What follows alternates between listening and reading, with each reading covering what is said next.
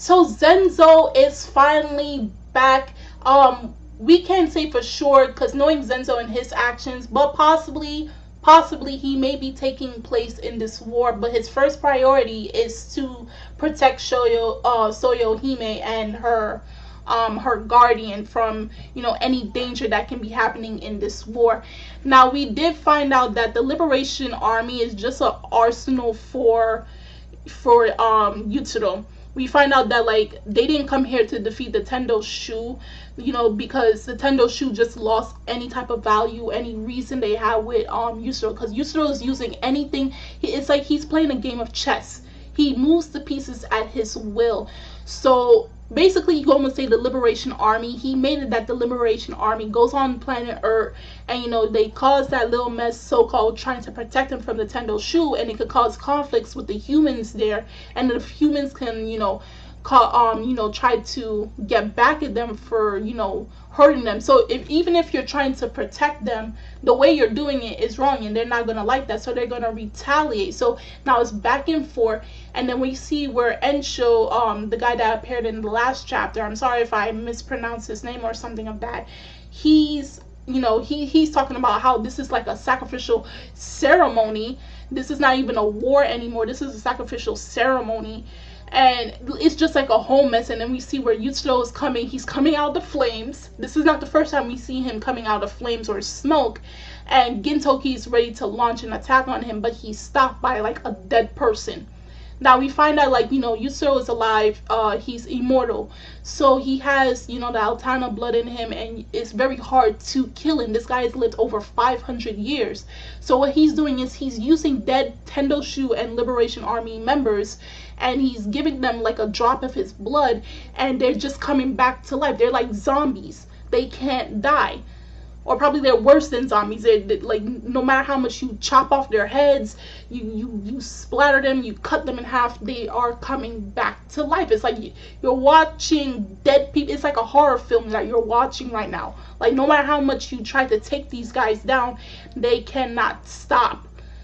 And then we find out like, like it's just a whole mess. Like Sakamoto is still captured with Nobunobu.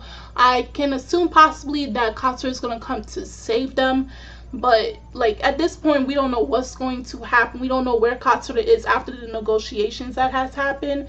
But like how this thing is not even considered a war anymore. It's just a sacrificial ceremony where there's gonna be many people dying. Innocent lives are going to be lost because of one person that does not give a damn about life, and that's Yutaro, and he's gonna take out anybody that's in his way. And even himself, he doesn't even care for his own life. So even though he doesn't care for it, at the end of the day, he's gonna be one that's going to live. That's if they find a way to kill him. But with this guy being immortal and him not dying that easily, we still have yet to see how they're going to defeat him. I mean, we did remember what Umibozu said, that he has some type of hint on how Yusuro can't be defeated, but he does need time. So we're still waiting for that time where he can come back and give results to Gintoki on how they can beat Yusuro. And also with that, we're still waiting for several characters, meaning the Shinzengumi, to make a reappearance. Like, they have not been seen for like 100 chapters or so. Since the last time we saw them, just like Zenzo, we haven't seen them since the no, not even 100 chapters, probably a little less, but since the Shinzengumi farewell arc, we haven't seen them since then. So they also as well have to make a reappearance. I do believe that Jericho is going to make an appearance, because remember how Sorochi-san says that he's going to bring back as many characters as he can.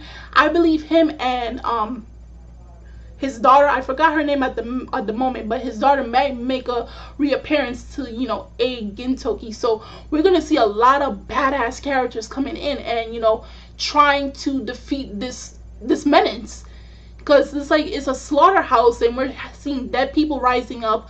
We see an immoral guy that cannot be taken down. We're still waiting for results for that to happen. And it's like, the Bakufu is just completely useless. They haven't been useless before since the beginning of Gintama. They've been completely useless after the Amanto invaded Earth. But now they're like, it's like they're done.